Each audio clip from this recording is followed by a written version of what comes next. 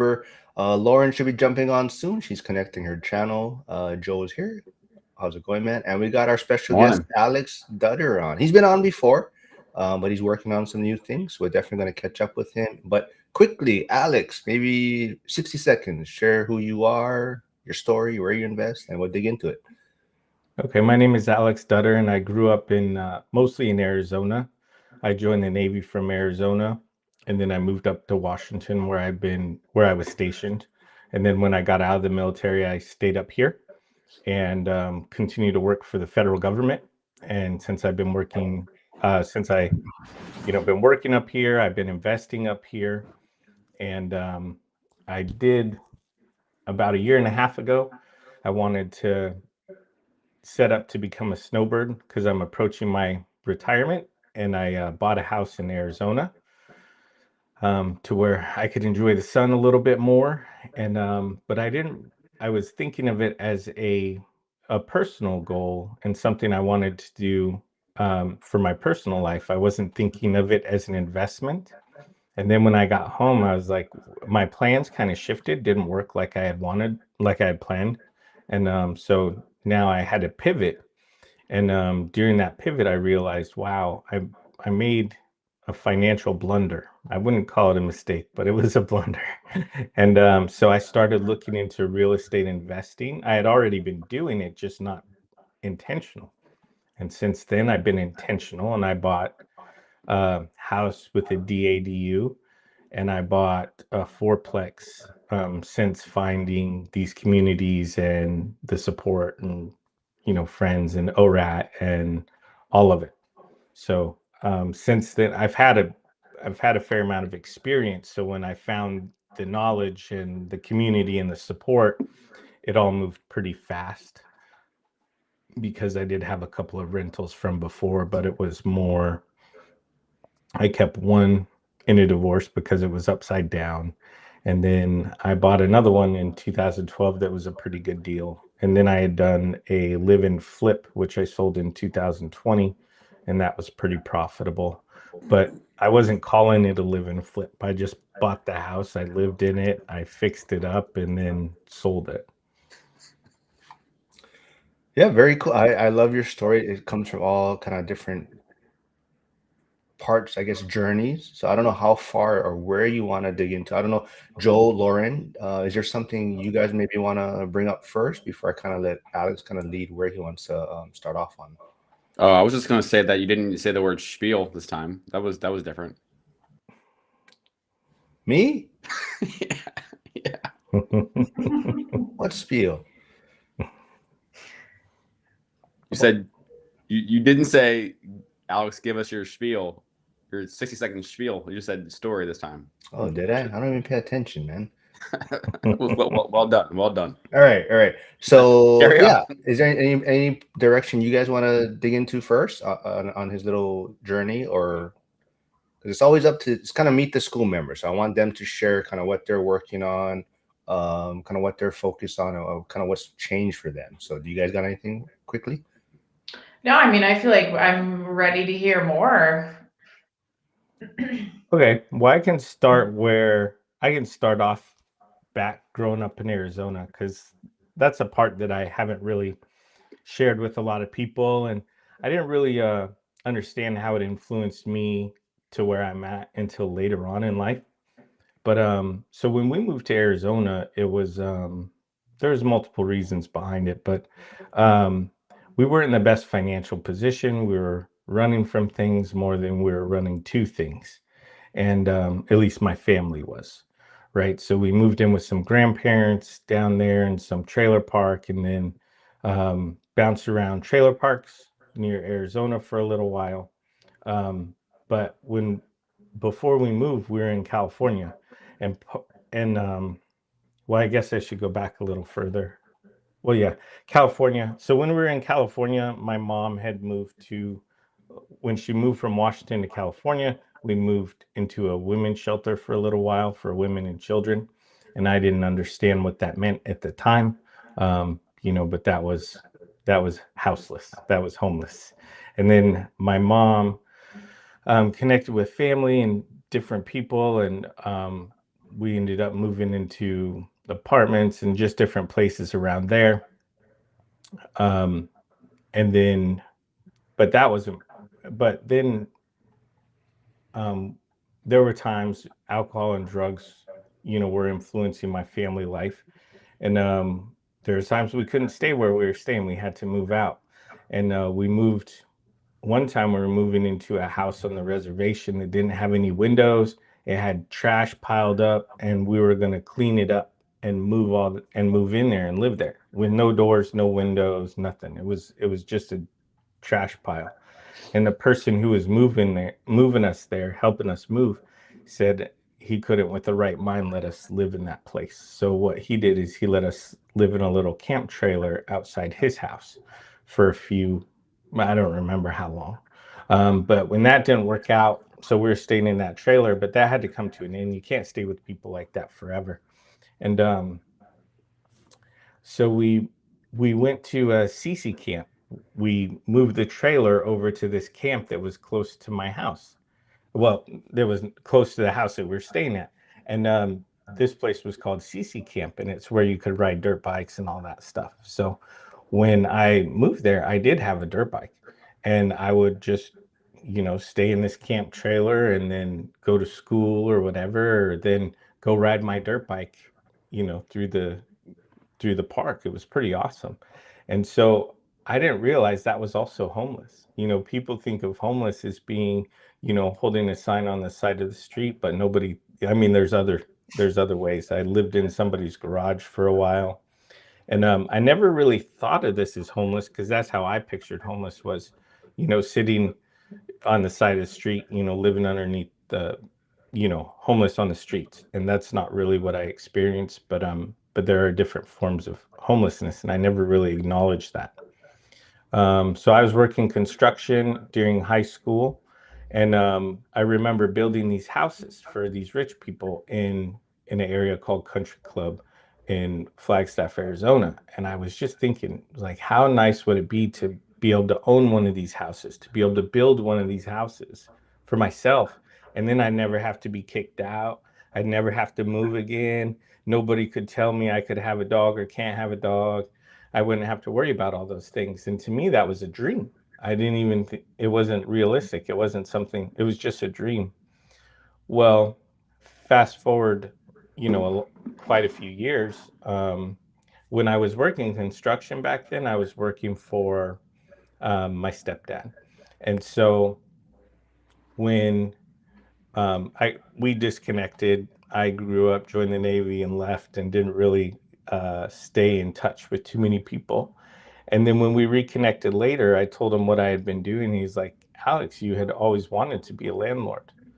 Well, truth is, I had forgotten all about that. I had just gone on, joined the Navy, lived my life, and I wasn't thinking about any of those things. I was just trying to make good decisions, and my life changed quite a bit. And it was all for the better for the most part. So I had forgotten that that was something that I was dreaming about when I was 15, 16 years old. So for me to be able to follow through with that and be able to, become a landlord and own some properties and not have to worry about somebody kicking me out of my house. I've come a long way, and I didn't even do it on purpose. I just kind of lived my life. But back then, were you thinking about being a real estate investor? Was that crossing, or was it just a business of maybe possibly building homes and making money that way? Like, when did the real estate investor side come in? It came in about a year and a half ago. I didn't even realize I was an investor. I had bought some houses throughout my life, and instead of selling them, I just, moved out of them and rented them. Becoming an investor wasn't really a thing that I thought about. And then back then, I didn't know anything about it. I didn't know people who own their own houses. That wasn't the kind of community of people that I was around. So I didn't know how to get there. And that I was really trying to figure out how to find a job and an education, a real job that was going to take me somewhere. So I wasn't thinking about any of those things.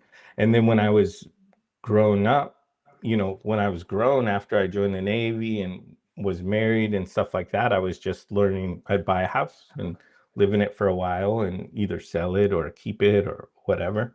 So I never realized what I was doing. What was that first home buying process like for you? Because I mean, to go from, being homeless to then being able to buy a house, were you nervous or were you excited? Like, what was that process like? I was extremely nervous. I was approved for $140,000 back at that time, but I bought a house that was $103,000 because I wanted plenty of room before I ever got myself in trouble.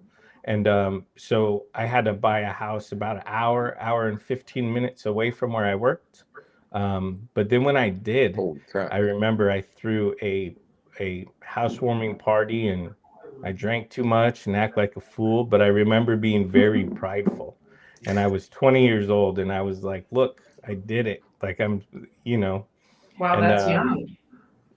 I felt pretty proud of what I was doing. But Had yeah, you been so- in the Navy for a few years at this point, or the military? Were you in the Navy? I missed that. Yeah, I was in the Navy and I joined as soon as I was 18. So Okay. and then so we had lived on base housing for a little while, and that's fine for a bit. But then when you move out in town and you're married or whatever, you get BAH from the military. So it's extra money for housing. So you could live in base housing and it's like paying rent. It doesn't go anywhere. Or you could go buy a house and then that is paying down your equity. So that's kind of some of the first fundamental things I learned. It's like, okay, I can move out of here and the Navy will pay for my housing and they'll pay to buy a house or they'll pay, they'll pay to rent a house. So You want to reply to Yasik real quick before you move on? Or he said, sounds No, like a not typical yet. Steven. yeah, we'll see. But yeah, so that's Was that. this the house that eventually was underwater, or was that a different property? So this is my first one, which I didn't mention. And I bought it for $103,000 and we sold it for like 159 was the list price. I think that's what we got for it. So we took that money and then bought the house that was underwater. I'd kind of forgotten about that that aspect of things, but yeah, it was a good experience. I learned a lot during that time.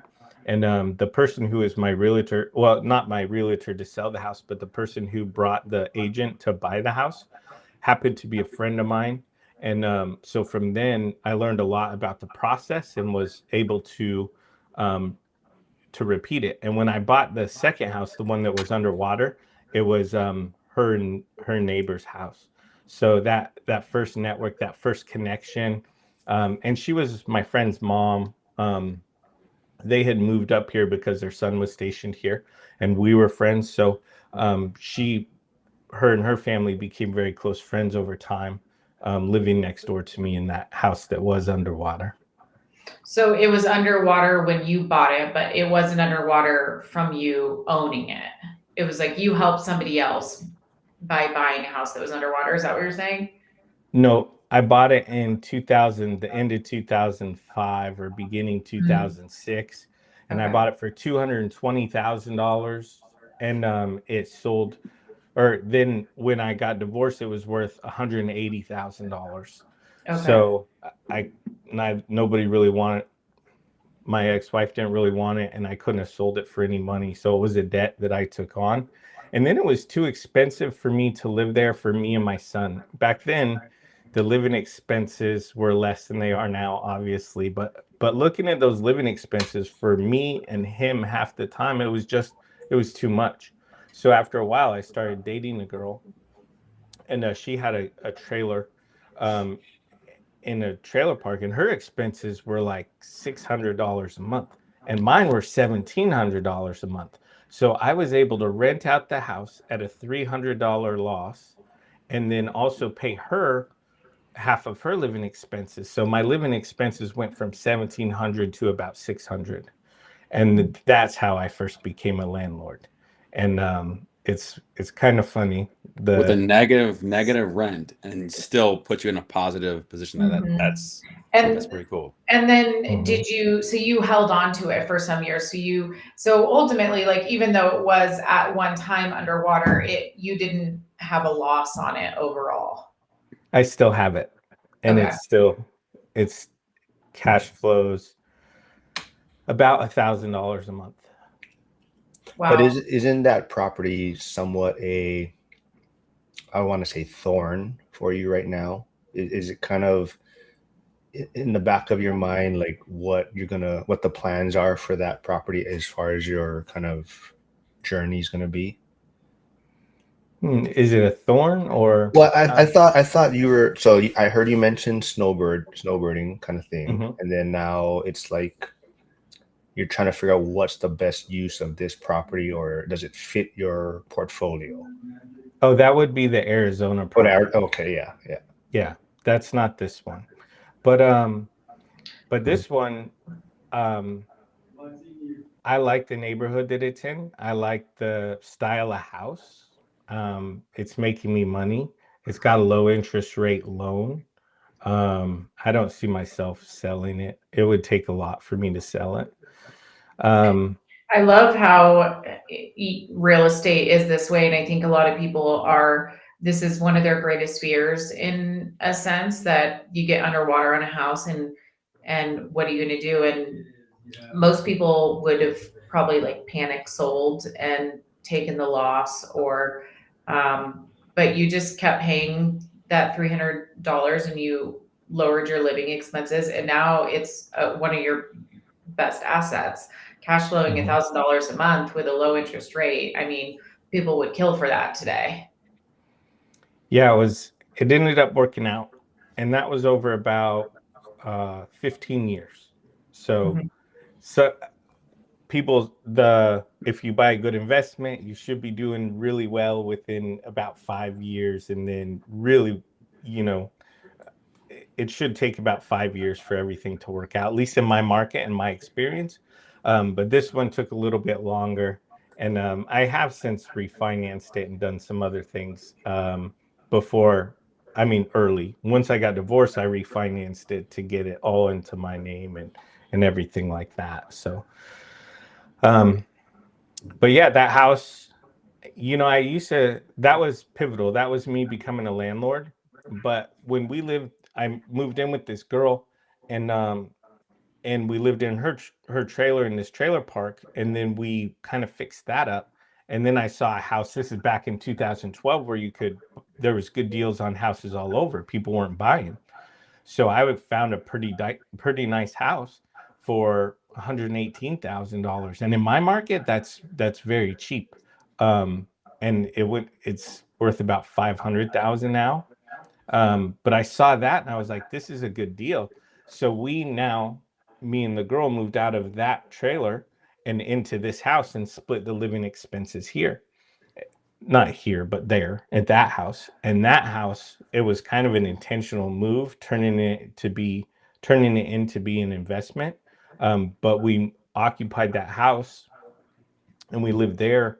Um, I don't remember how long, maybe a year or two. And then my ex-wife moved, and for transportation issues, we had bought another house together, and then we split up. And then, but it was all in her name, so I had to go find someplace else to live. So I bought a house. I bought another house, and this one, because the one I had bought a few years prior was rented out. So this other house that I bought, um,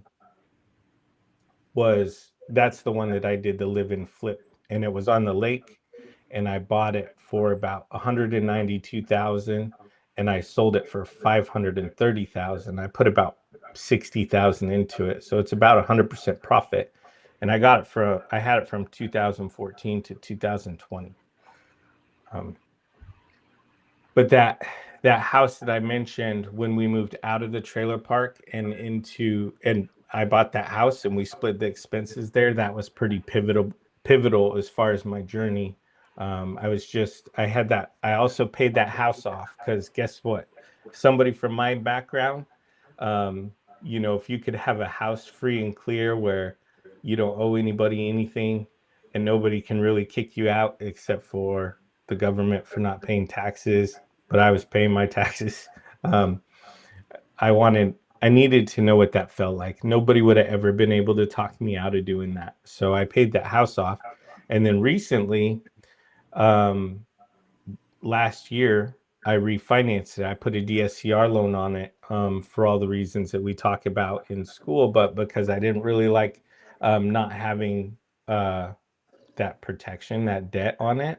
And also, I was able to use that for a down payment for my fourplex that I just bought. We closed on May 7th.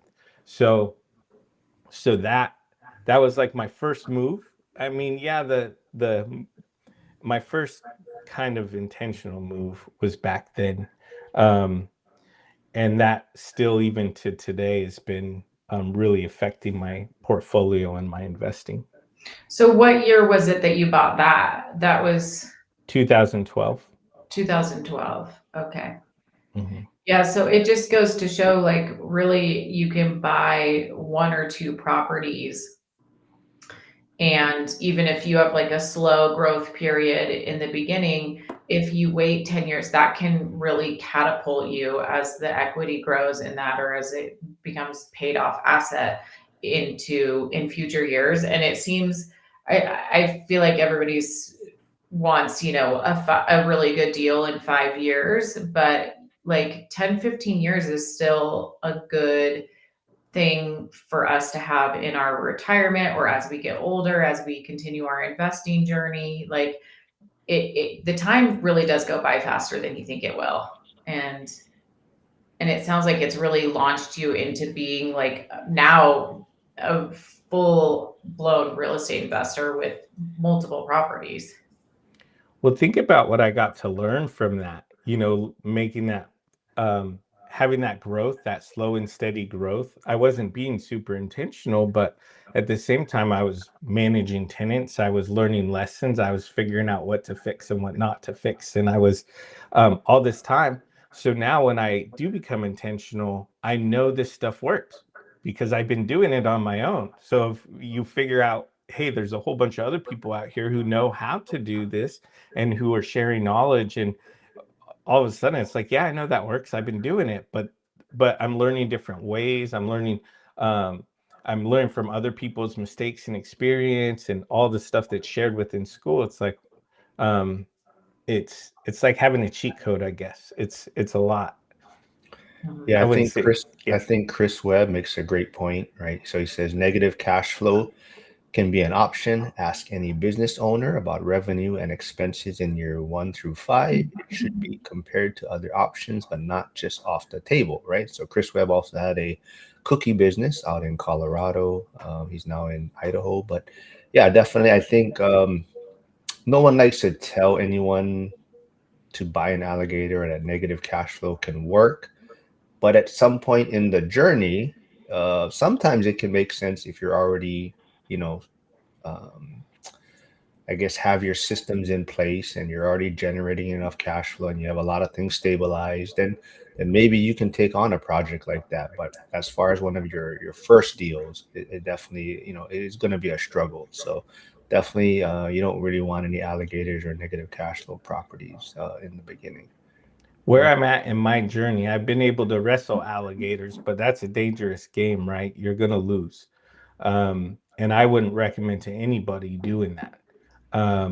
And now, but what it does do is it lends to, I might look at a property with 3.5% cash on cash return in a high cost of living market supported by federal government employment, and I can say, okay, well, I know I can make this work. First of all, it does cash flow, so it's not costing me any money, and my underwriting process is pretty conservative. But if I can look at that 3%, what it really taught me is that over 5 years, which is my goal, that will be, it's not going to just be producing 3%. It's going to be producing 10 or 15%. And even accounting for market fluctuations, it doesn't have to grow a whole lot. It'll be able to take care of itself. And so really that's something that I learned from Dion McNeely, is that I don't need to have it all. I don't need a 10% cash on cash return, which some people who are used to markets in other areas, they need that. That's what they're looking for. They're not pursuing anything different. But I might find a great deal with a 3.5% cash on cash return in my market. And later on, when all the dust settles, you're looking at the cash flow and you're like, wait a second, this is a very high quality asset, and it's bringing in much more cash flow, or safer cash flow, than I really than my underwriting numbers showed. And that's one thing I'm really trying to get some experience with. It's like we underwrite it conservatively, and then at the end you're looking around, you're like, where'd this extra margin come from? I wasn't really planning on it. Well, it's built into the equation that I use. Joe, you got anything for Alex, or? Yeah, I mean, because I look at my first multifamilies that I purchased were in 2017, and I got pretty good deals on them, like $170,000, and I sold them, more than double when it was all said and done a couple years ago. And the cash flow on them, I mean, they're built in the 1930s, always had expenses popping up. The cash flow was pretty flat, but hindsight's like, okay, well, they doubled in value, so it was a good investment. But in the moment, it's like, well, I'm barely cash flowing this. I'm not going to get any more. I'm not going to double down on this. It's not working. But it's like I was under contract in that same time frame to buy 2 more that we didn't agree on terms, and so I didn't push through. It's like, well, I probably should have bought that anyway. So when you look at your journey and you talk about negative cash flow on one property, and as things have evolved, how have you changed your buy box? How have you adjusted your purchasing type of things compared to the beginning? Well, before I was buying for my lifestyle, like this is a good deal, or this is what I want for my family, I wasn't underwriting anything. Keep in mind, I've only been doing this smartly for 1.5 years. And I've been actually joined school 1 year ago in this month. So I wasn't underwriting. I didn't know what I was doing. I wasn't in the mortgage industry. I was just buying something that I thought would be a good deal and a nice place to live. So what I'm doing now is I underwrite these deals. I talk to other people. I'm trying to find the highest and best use for a house or a property. I do have a natural talent. My experience lends to a talent, really. By doing this on my own, not really doing it on purpose, and where I'm at now, all of that has helped me now that I'm intentional. So how do I do a lot different, but I do like to look at a good quality. I look for quality units. That's one thing that I guess I did that back then too. I don't know. I guess now there's other options too. In the past, there's just buy and long-term operate. And then now you can look at, if you buy a house, you can use it as a short-term rental if you want. I have a DADU at my last property that I was thinking about using as a Airbnb. I chose not to. I don't have time for that right now. I'm still in growth mode and I don't want to shift strategies. The house that I'm in right now has a DADU above the garage, and that's paying more than half my mortgage payment. So that's house hacking. I didn't know it was called house hacking. I just saw an ugly house that needed a new roof. It needed some decks rebuilt, and had an apartment above the garage. So I was like, yeah, that's awesome. That's what I want. And but I didn't underwrite anything. I just thought it was a good deal and a piece of property that I really liked. And so those decisions were made based on lifestyle decisions, and now I make decisions based on some a buy box, deliberate factors. So I'm looking for small multifamily. I like duplexes more than I like fourplexes, but my first small multifamily was a fourplex. It's 2 duplexes on one piece of property. But I'm going to try and buy duplexes from here on out. But you don't always get to pick what the good deal is on the market. One thing about that fourplex is I'm hoping to get maybe some seller financing or something along those lines from the seller, because they have 2 more duplexes, and I'm going to see about pursuing that. Before we move on a little bit, I just want to say this will be our last Meet the Wednesday school member for a few weeks. I'm heading out to Japan on Monday. But July 1st, we already got Angel lined up. Angel actually just joined school, but he's been at the ORAD event a few times. He is in California. He's a realtor out there. So he'll be joining us on July 1st, but he also just joined school. And then there is Frank's link. So if you haven't checked it out yet, definitely go check it out. I see people posting that they are receiving some of the items. I saw some coffee mugs people have, some t-shirts. So go check out the old guys merchandise. Before we move on a little bit, Angel does have a question for you though. Can you share about your progression from one buy box to another, from and single family, duplex, quad to multi? When did you decide to make a jump? So back when I was buying houses to live in and lifestyle decisions, I was looking for single family houses. I wasn't really thinking about duplexes, but I was open to houses with ADUs.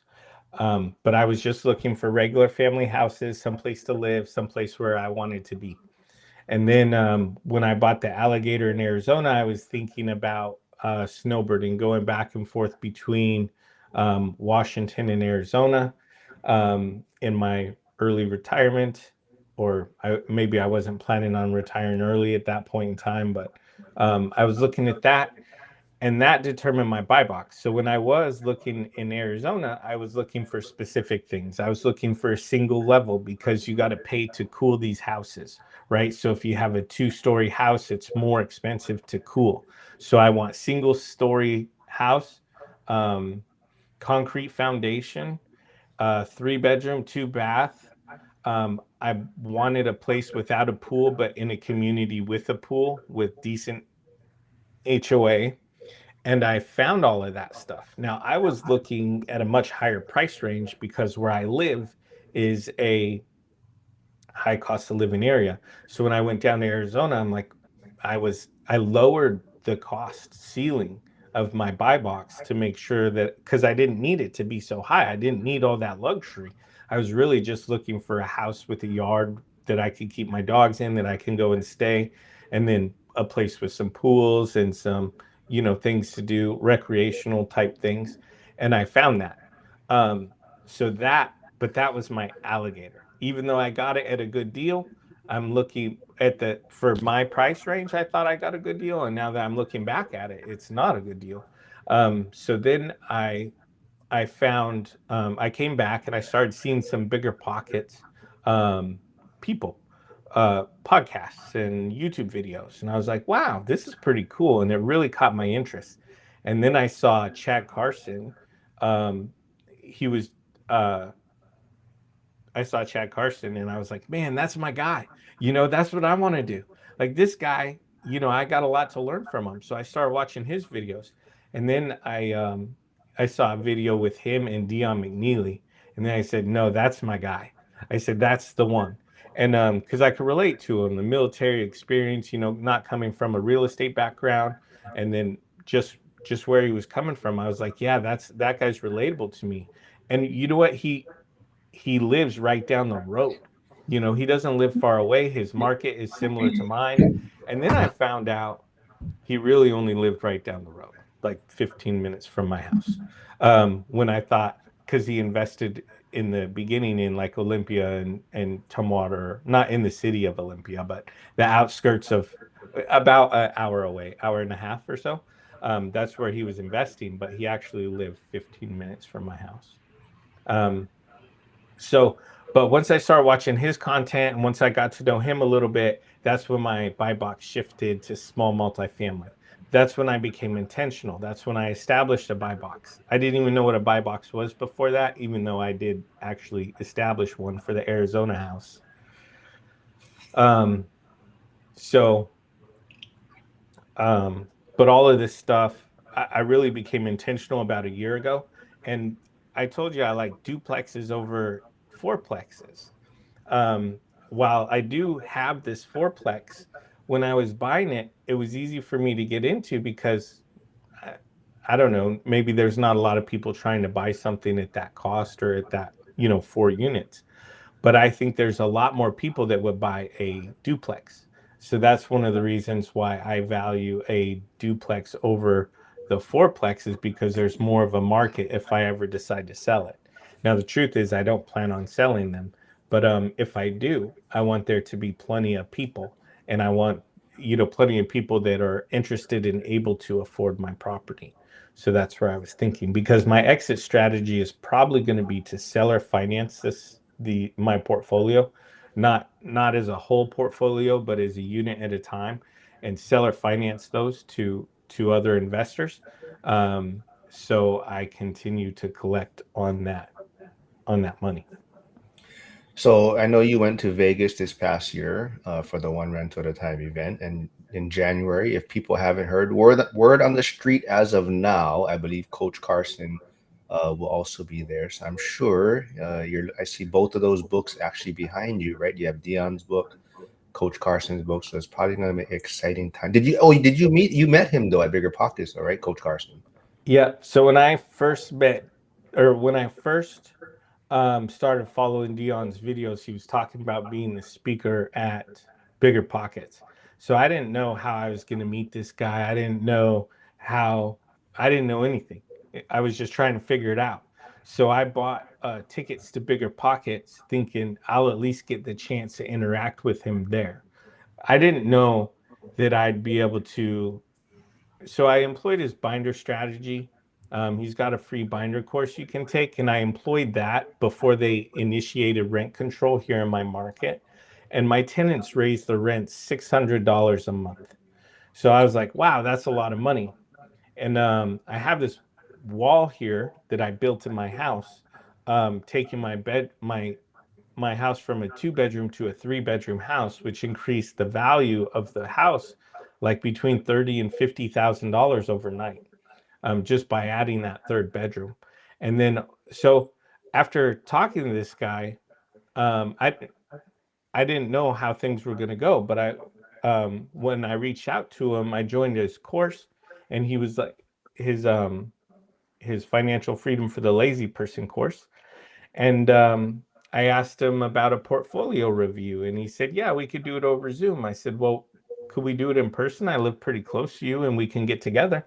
And then when I went to that portfolio review, I had a computer, I had a notebook, I had about 4 hours worth of questions, right? Unrealistic. I was just like so excited. It was not like me. I don't get starstruck. I don't really care about anybody. I mean, I don't mean to say that, but that's true. And then I was like, I saw this guy and I was like, man, he's doing what I want to do. And I was kind of starstruck. And he brought Chesla for lunch. And I was just rambling on, and we were talking about all kinds of things. But I couldn't. A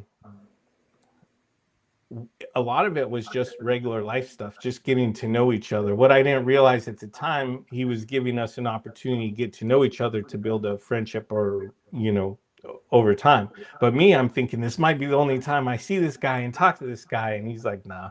He said, we'll do another portfolio review down the road, and you can implement some of these things. And so that portfolio review that we did later on was actually him going. We went together and looked at some of these properties that I have. And so I kind of showed him what I was doing, and that was a really cool experience. I will be forever grateful for the time and friendship that he's provided me over the time.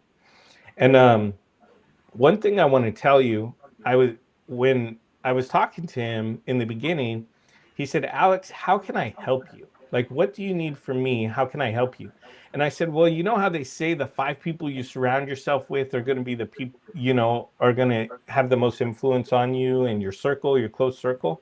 I said, right now, I don't have that. Like, none of my friends are investors.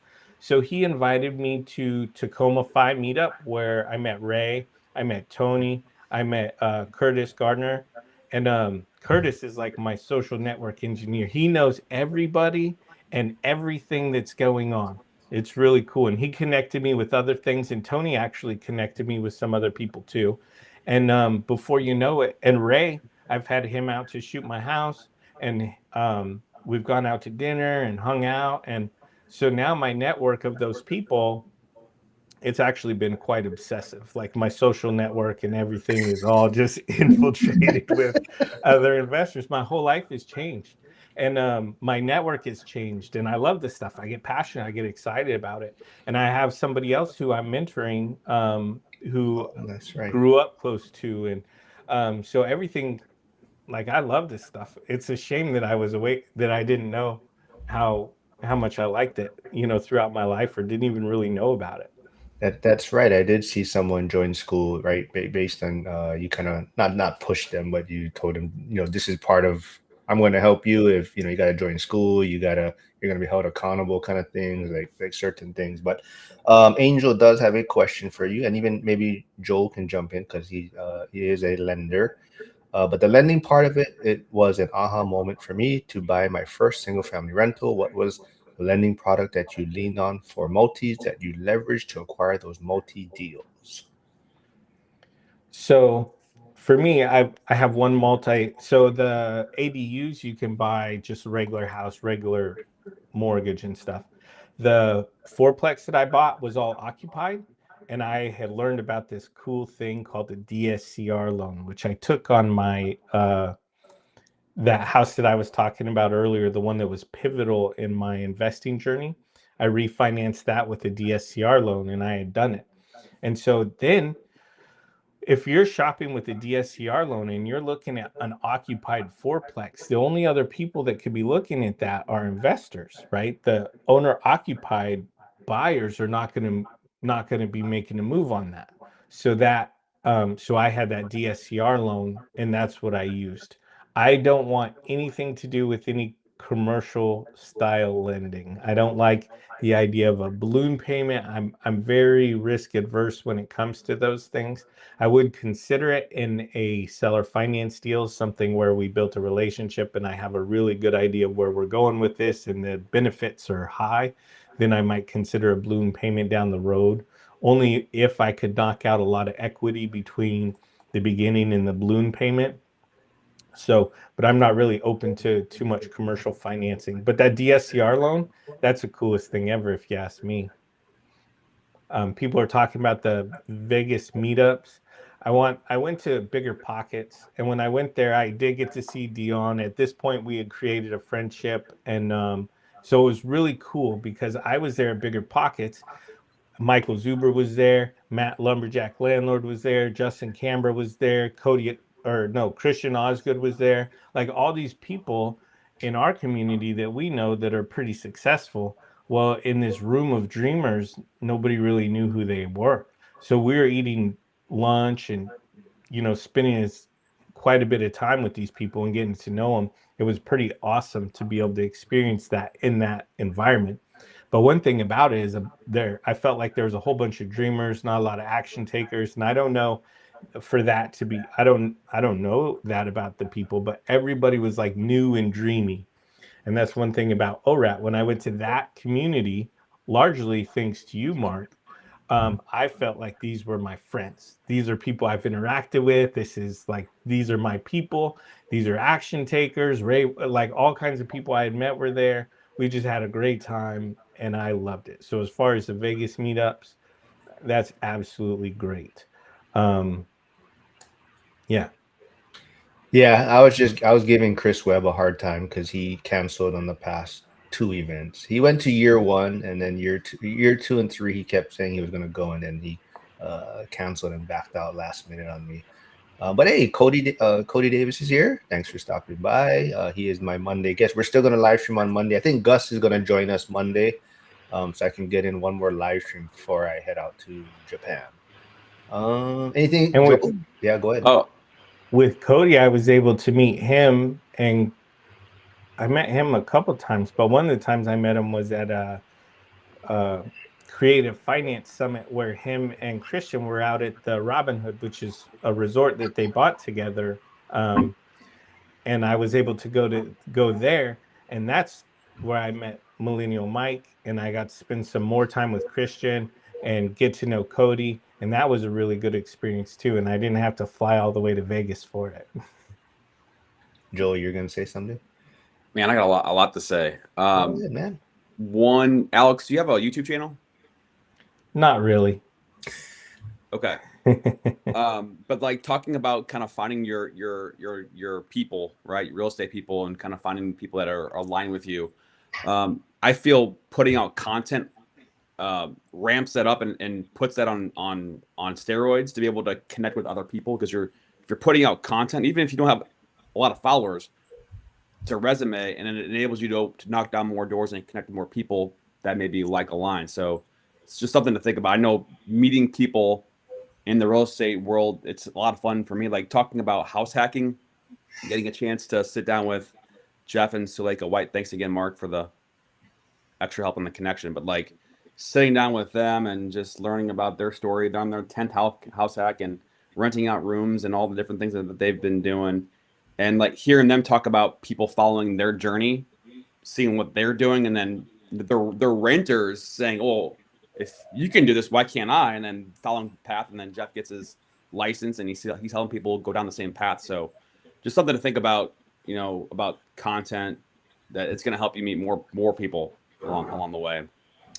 Thanks, Joel. You talking to Alex or Lauren? Alex. He knows I'm a lost cause. He's given up on me. You're not a lost cause. It's just that I'll just throw it out there. Just, peg you every other day. Well, thank you. Right now, I still have a W-2 job, and my W-2 job can be kind of demanding. They send me kind of all over, last minute a lot of times, and when you're doing social media or streaming or content creation, you got to be consistent, and there's no way I could be consistent. I don't know how much I love it. I am experimenting, a little bit, but more like for a video documentary, or not a documentary, but I'm sure there's some sort of use for it. But it's not going to be. I don't think it's going to be my everyday thing. But who knows? I don't always know. You just have to retire like Mark, and then you can do it as your full-time job. I am technically not retired. That's why I said retire. Retire. That's what I mean. Retire. So in Going to 2030, Japan, full-time content creator.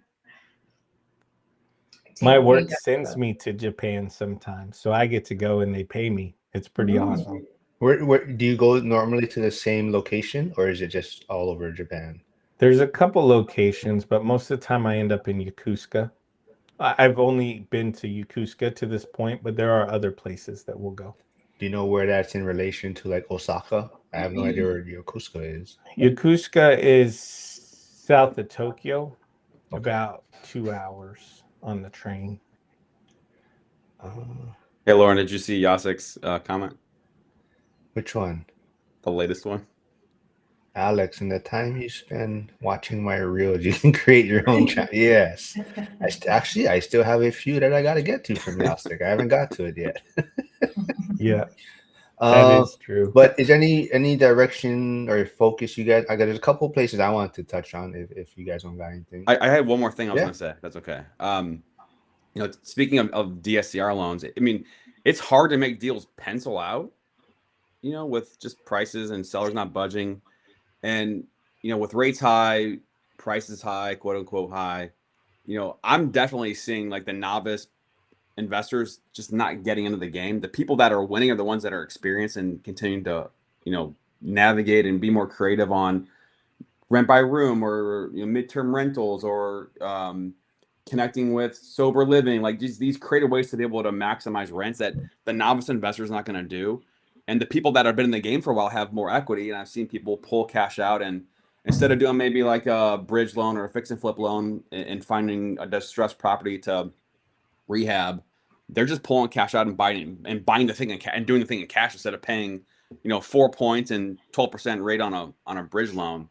So the people that are experienced are the ones that are winning. And so I think for people that are already in the game, this is the time to continue to be, making moves and being creative. And I think it's just in my opinion, a great time to be operating because, if rates get back lower, that means more novices are going to be getting back into the game and create more competition. So I don't know. That's just my also take on it. So this All right. might be a dangerous perspective, but I don't really worry about rates. I've been kind of watching the market for a long time, and some of the best deals. I'm just not too concerned about what the rates are at the time. I was able to use the DSCR loan. That's a pretty neat product. But talking about some of the people who do the fix and flips and things like that, that's all kind of scary. I'd want to self-fund that. Talking about private money with higher interest rates, I would really prefer to avoid that. I might fund it myself or maybe use a HELOC or something along those lines. Mhm. But yeah, having that experience, having that equity is really, and then, but more importantly, the knowledge from this group or from these groups to make sure that you're making a good deal, because that makes us better investors than other people. And I mean, I don't mean to sound cocky, but I've gone to real estate meetups in person around here.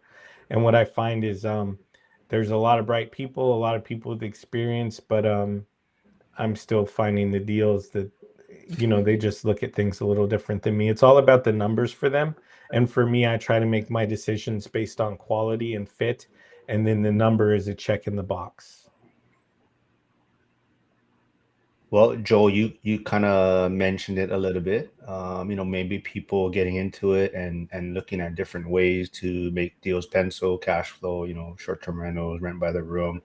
And Alex, you're kind of venturing down something that Joe also touched on, sober living, right? One of your properties now is kind of just heading down that path. And I think in the beginning, you also talked about alcohol and drinking or when you were younger and acting a fool, with your house party and things. But how did that all kind of tie in and bring us back to where you're at this sober living project you're working on right now?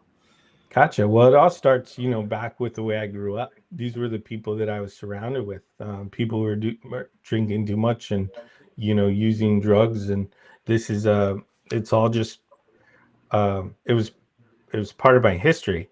As a kid, I was pretty smart, and I was able to avoid a lot of the pitfalls. However, when all your friends are drinking in high school or whatever, I don't want to go into detail about my high school time, but it was okay. It was clean enough to still let me get into the Navy.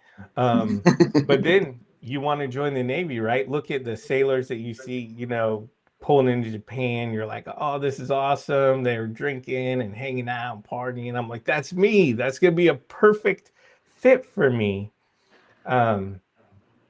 So I kind of wanted that. I like that idea. But then, so I thought I was better than everybody else. I thought I could control my alcohol. I thought I could drink, well, that I could drink without consequence. And for me, alcohol was my big problem. And it wasn't, I would binge drink when I was younger, 20s or into my 30s. And I had a lot of fun sometimes out there doing that. But at the same time, I couldn't tell you how I was going to spend my day or where I was going to wake up or, who knows. Like I was making bad decisions as far as drinking. But there's a point where it's not really a decision anymore. It's part of your lifestyle. It's part of your routine. And then you start to see things in your life that are degrading. And you're like, what's happening here? Your relationships start to fail or fall apart, and then sometimes you can get yourself in financial hardships, or you can really hurt somebody, and you can cause some problems. And so when you're living that lifestyle, and it's like, okay, this is not good anymore, and I don't want to do it anymore, like this is hurting me, this is just not good for me. And then, but you don't know how to stop. It's become part of your life. And you might be able to quit drinking. For me, I could quit drinking for 2 years and 6 months or 8 months, somewhere around there. But but I was a miserable jerk. I didn't realize that I was doing it wrong. So for me, yeah, uh, Josic says nothing like running 10K in the morning while still drunk. That's why people in the service are a special breed. And the truth is, like, I used to have this idea in the Navy, you got to stay in duty and it's 24 hours and it sucks and it's miserable. And I'm like, well, the day's already ruined because I got to stay in duty. I might as well be hungover. Well, they don't let that happen anymore. Now they breathalyze people, and it's not the same Navy it used to be. So anyways, for me, that life that had become part of my life, and it was controlling part of my life. And I was about to lose a lot of I had already been divorced, and I don't know, I'm sure a lot of that had to do with my drinking. Um, and then my life, I was starting to lose my relationship with my son. He was in 14, whatever, about the same time my relationship with my mom blew up. So I saw the writing on the wall, and I needed to go get help, and I quit drinking. I didn't really talk to anybody about it. I just went and did it. And then when I talked to later on, my family kind of saw what I was doing, and supported me through it. And but I was always wondering, keep in mind, like from a kid living in a trailer park, being homeless at times, and then growing up and then joining the Navy and being so proud I got this house, but drinking and losing my marriage and about to lose my son. I always wondered what life would be like if I just got out of my own way. Because I'm pretty smart. Like, I can handle some pretty stressful things, and the truth is, by getting out of my, and what that meant was quitting drinking, getting that out of my way has greatly changed my life. And I just see more and more blessings every day, like things, how come this is just working? And that's one thing I want to talk about. So Joel mentioned these other alternative investments, like short-term rentals and sober living and all these different things, and midterm rentals and group co-living, and there's so much stuff out there. But when I find something, if I'm pursuing something, I'm always pursuing it from a long-term buy and hold. It's got to work as a long-term rental. That is my bread and butter. That's what I know. And so that's what I did. So this house with the ADU, it's a big house, 4 bedroom, 2 bathroom. And then there's a finished basement with room for at least with 2 bedrooms, but they didn't have egress windows. So I had to put in those egress windows. And now I have a 6 bedroom, 2 bathroom, but it has potential for another bathroom and then maybe even a kitchen. So if I wanted to, I could make a DADU or a ADU down below later on.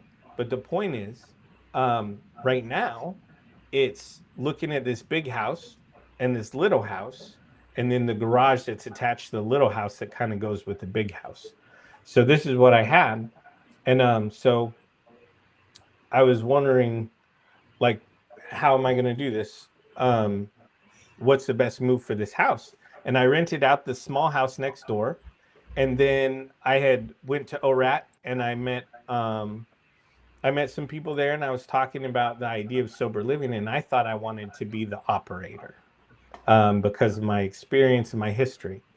But after thinking about it, I actually do not want to be the operator under any circumstances. Do I want to be the operator? I want to be the investor. I want to be the leaseholder. I don't want to be that close, because sometimes people struggle with their recovery, and that could personally affect me. And I don't want to be that close. But so if you run your own place and you have your own rules and your own paperwork and you're screening your own people, it's a lot more active, but you can make a lot of money. So for me, it was much more about, how could I impact the most people? How can I make this work the best way? And so every decision I made was, is this the best decision to make? Before I ever looked at the money thing was not the driving factor. I did not want to be driven by that money. I wanted to look at just like I look at a property. Is it a, side by side duplex? Is it single level? Is it two cars in between, 2-car garage in between? Is it all these things before I ever look at the money? Well, that's how I kind of wanted this to work too.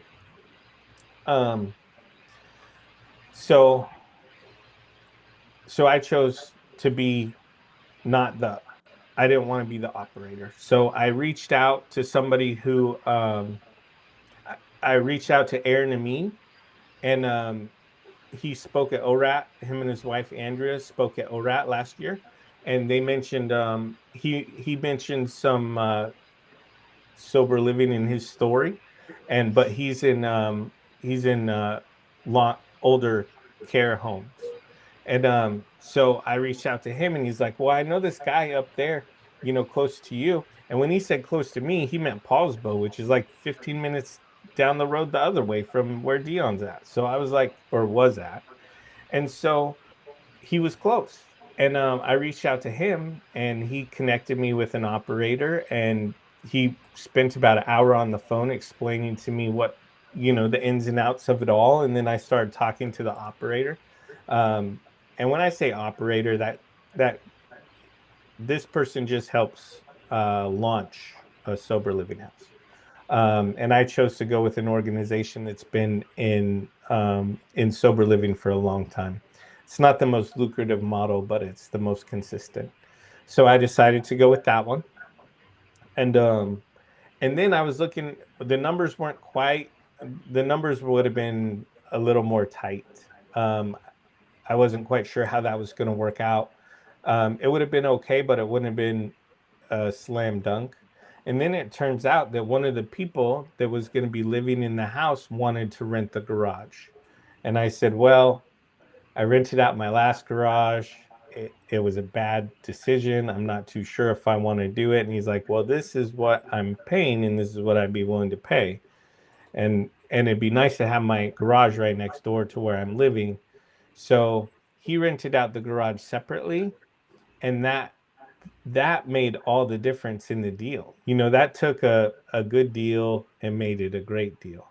So as I was going through this, I was finding it seemed to work pretty easy. And when things are going easy for me, I think that might have some, anyways, I have some, I might be making the right decisions, if things are starting to just work naturally. And we launched that. I had to put in some egress windows that cost a ton of money for these 2 windows, a lot of money. I wasn't sure there was going to be a return on the investment, but I was committed and I didn't really care. And that garage made the difference. The garage was the return on the investment for the windows. And so anyways, all said and done, it worked out for me. It's about, I don't know, I'd probably say 1,500. It's about 1,500 a month cash flow. But as a residential, just a regular single, as just renting out the ADU in this other place, it probably would have been maybe 500 cash flow after vacancy and maintenance and all the stuff. So it took a decent deal and made it into a good one. Nice. Joel, from a lending side, if someone's looking at sober living, do they underwrite it any differently? I mean, if you're talking about like a 1 to 4 unit, I mean, they're going to look at the long-term rents or rent schedule based off that. They're not going to underwrite it based off of midterm or, other rent streams. There is one more thing I want to say too. You mentioned about commercial loans and balloons, and in that same lane, one big misstep that I see a lot is people, when they want to scale, they get into 5 units and above, and you buy a $300,000 7 unit, you're gonna be in tough shit because there's no loan for that type of a deal. There's minimum loan amounts for those bigger loans. So if you're gonna try to scale into some bigger units, you definitely don't want to go low on price. You want to be looking at higher price properties. Just side note, 5 units and above, the typical minimum loan amounts for the best loans are going to be over 400,000. So just another side note. Gus is here. Oh, go ahead, Alex. When I was working with the sober living coordinator, the person helping me, what I found out is there's a lot of investors out there that are specifically interested in just the dollars and cents. Like, how's it all going to end up? How much money can they make? And they're trying to cram people into these, as many people per bedroom as possible, as many beds per house as possible. And when you start operating that way, you need to watch out, because those are the types of things that are going to blow up eventually. So for me, we had a discussion about how many people the house would house comfortably under their operating policy. And that's what determined whether it was going to work or it wasn't going to work. So, and everything that we were doing was based on the best fit for the house. Anyways, that might seem kind of redundant. I just want a lot of people to know. Everybody hears about it. It's like, ooh, how can I get in on that? How can I? Well, it can be lucrative, but the way that I chose to do it is safe and it's impactful.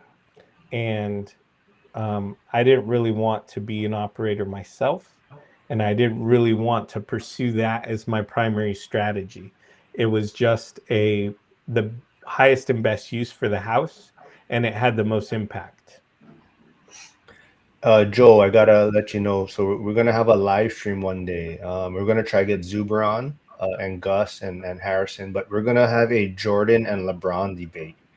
Because Gus is a big believer that LeBron is the greatest of all time. And if you guys haven't watched one of Zuber's videos recently, he kind of mentioned that LeBron doesn't deserve to be in the conversation with Jordan, kind of thing. Doesn't deserve to be Oh in the no, not to that conversation? extent, but basically saying that it's people that haven't seen Jordan play will say that LeBron is better. But I Oh, think yeah, it'll be I'm definitely down for Basically that saying conversation. you kids don't even know back in my day, yes. Jordan was the greatest. Yeah. But part of it too is because Zuber had a kind of a card, a person that invests in cards, sports cards and trading cards and things, and kind of they're talking about Jordan and stuff. But Why did you say, hey Joel, we're gonna be doing that on Monday? Why didn't you say, hey Lauren, we're gonna well, be last time talking? I brought it up to you, you were like, I don't know, I played basketball, but I don't. I'm just Yeah, kidding. you didn't even know Obviously, who the Indiana Pacers were. Who the who? The Indiana Pacers. Yeah, I've never heard of them. See, Yeah. y'all Did you just just make saying that who's up? LeBron. No. No. But let's see. Anything? I got one more thing I want to throw out Yeah, there. go ahead, man. I feel like we should do a poll. So Mark says he's going to cancel his channel for like a couple weeks, which is going to be bad for your algorithm. Just saying. So a poll. Before you say anything, you know what's bad for my algorithm is when I tag you guys and you don't accept it and share it. That's what's bad for my algorithm. Oh, I do.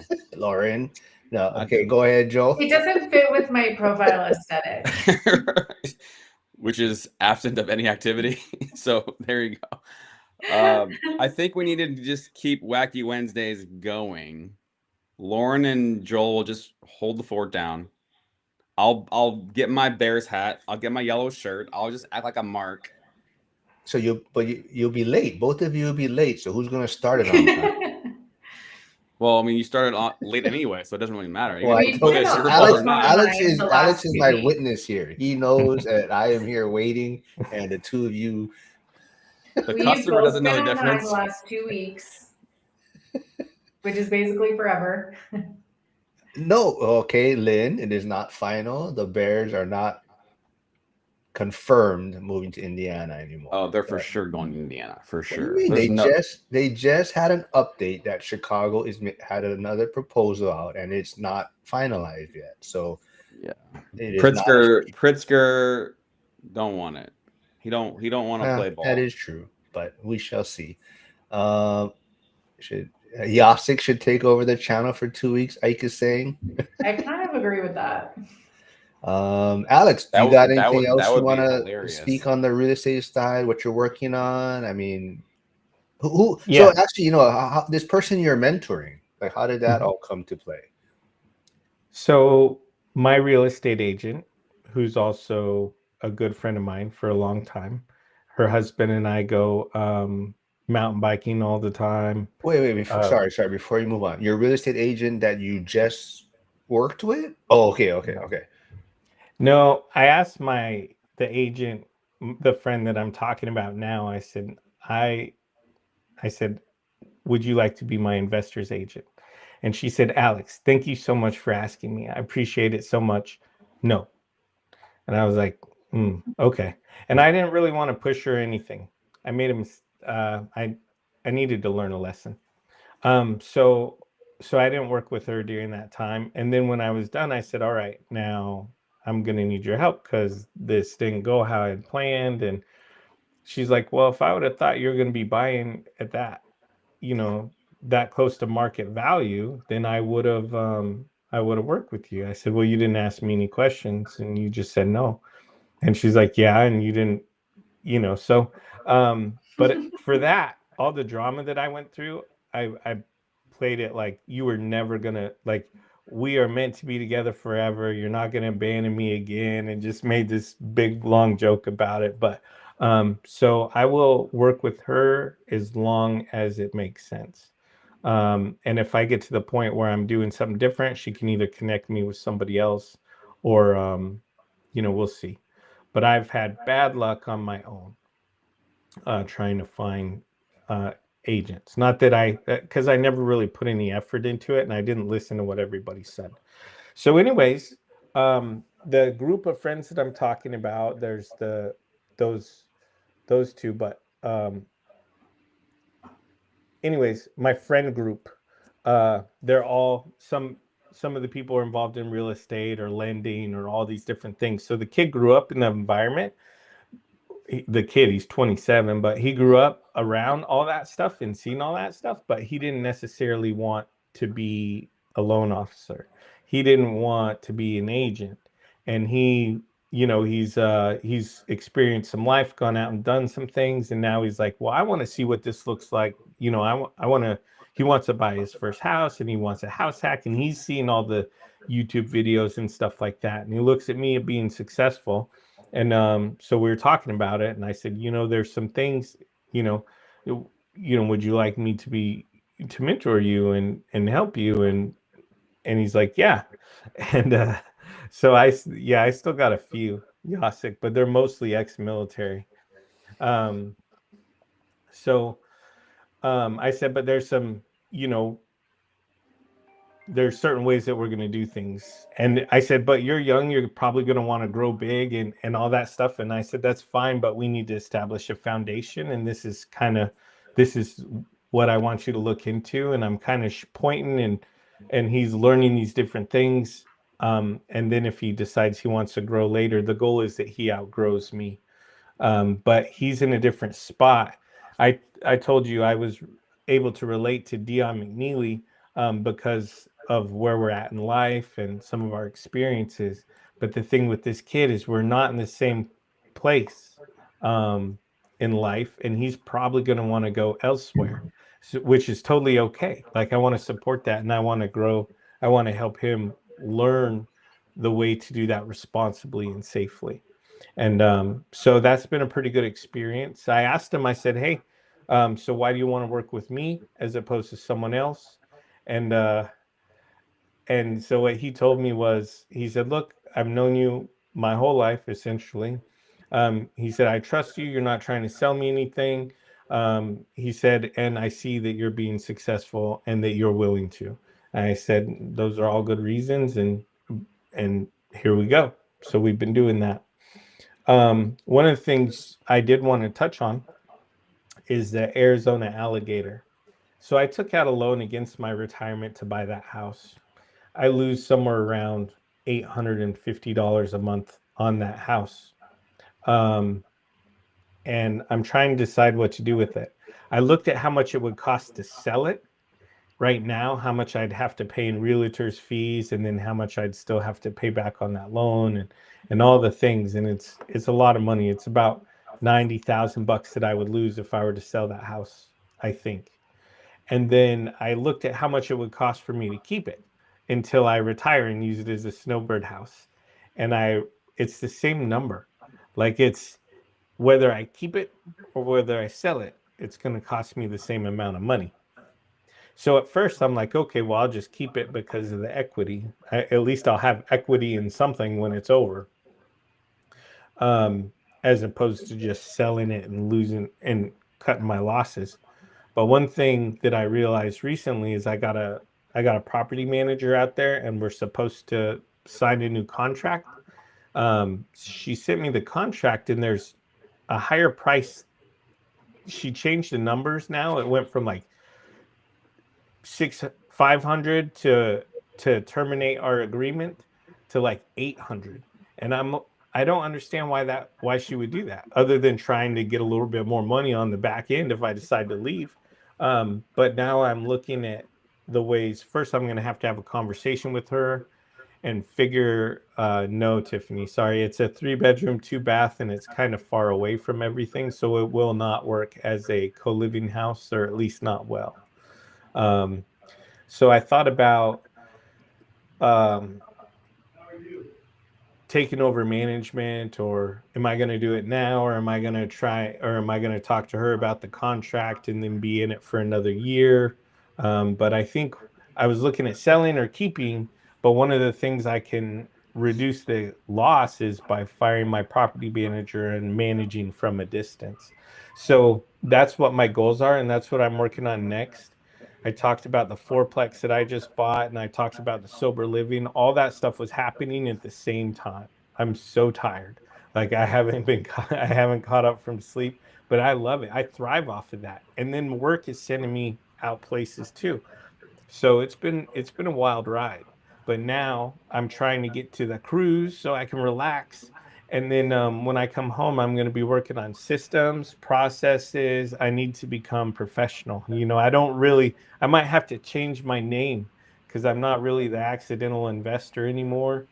And I'm going to have to be intentional and work on my systems. And hopefully that'll allow me to take over that Arizona property.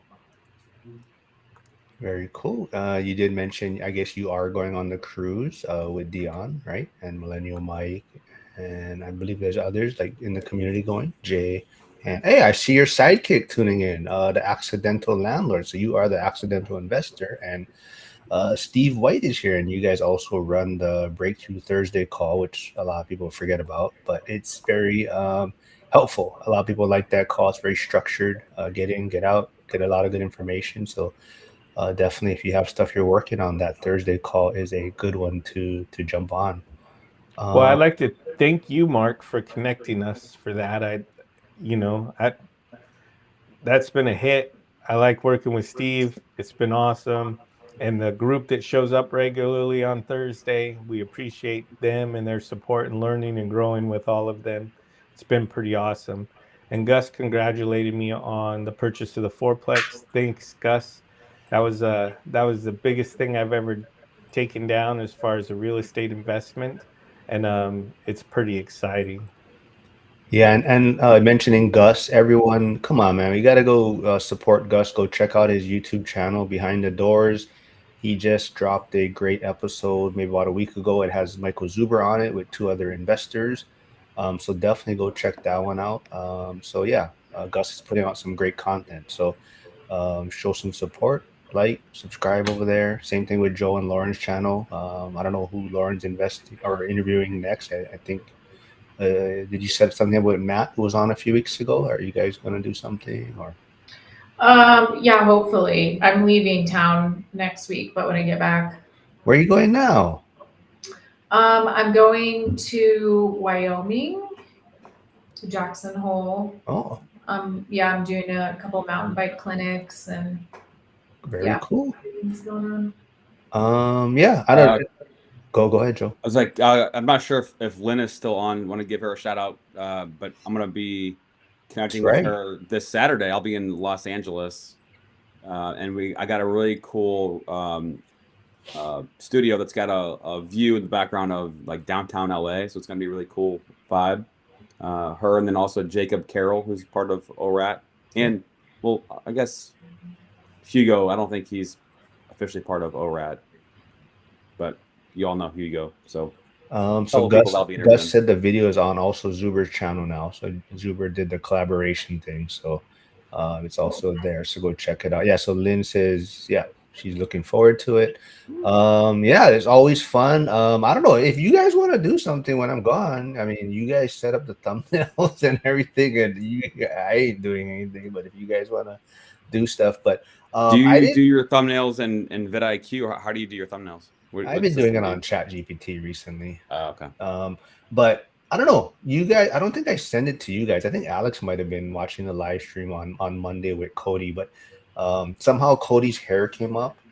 He's growing his hair out because he wants to see what it looks like, because he has like white hair now, so like patches. But then somebody was sending me AI images of people with hair. Did I send it to you guys? Oh shit! Hold on, you guys got to see this. Hold on, let me see if I can do this real quick. Oh shit! Where is it? Oh, here it is. Here's mine first. Oh my God. Bob Ross. Yes. Let's see. Who else did he send me of? Who sent those? I don't want to say who sent it, but someone. We know it was Yasik. It's okay. No, it wasn't. So okay, well, here's Yasik. So it wasn't Yasik that sent it to me. And then who else? There was one more. They Dion. they said this is Dion if he stays in Washington. This is what's going to happen to him. Where is it? Oh, here it is. Did this one? Yeah. If Dion stays in Washington, this is what's going to happen to him. I love it. Yeah. Yeah. Well, like I said, we always just have a lot of fun around here. Harrison said no, so people are calling him out. It was Harrison that did send them to me. But One yeah, of the things I wanted to point out, the reason I don't have Zuber's book, I want to tell you about driving back from Arizona. When I met up with Dion, maybe the second time at the meetup down in Tacoma, he gave me Mike Zuber's book. So I have it. And then I was listening to the audio version on my way back, so I was planning on renting out my friend's dad was going to rent out the house, and then I was going to give him a discounted rent, and I would keep the bedroom and bathroom, the master bedroom and bathroom for myself. So that way I could go down and visit whenever I wanted, and I have the spot to stay, and then he would have a reduced rent. And so the house would always be open to me. So I bought a bed and I bought some other stuff. And well, when all that blew up, it didn't work. So I had to go down there and get my stuff.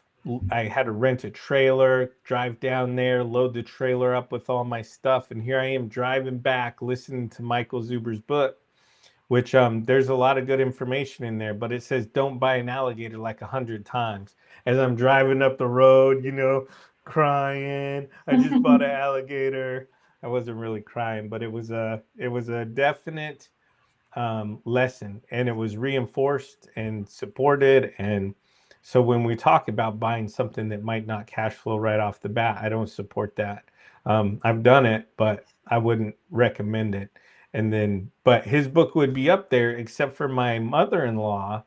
She sees kind of what we're doing. It's me and my wife and my family, and it's a little different for her. So she sees the things that we're doing, and she has interest, and so she's read Dion's book, and she's reading Zuber's book, and I find it kind of shocking that she's interested in it, but I like to give her those books. It gives us something to talk about sometimes, and kind of lets her know why her daughter is painting all the time instead of stopping by and visiting, and all the stuff that we got going on. All right, very cool. It's always fun. And like I said, you've been on before, but I think definitely got to dig into your story a little bit more.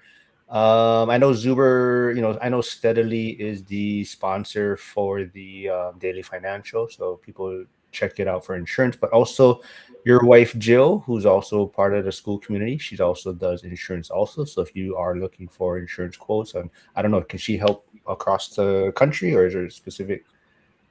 She can help in certain markets, and she can also connect you to people, but she's also growing.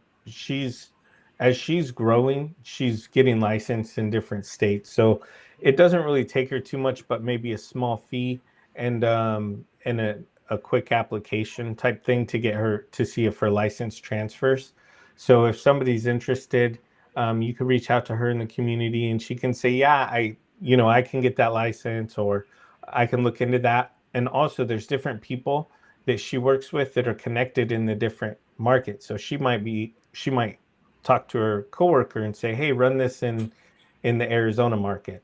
Or she is licensed in Idaho and Arizona because those are the places that we look, and a few other places. But she can sometimes get licensed pretty quick and easy and help you out, or she knows somebody who does. But she also can sell.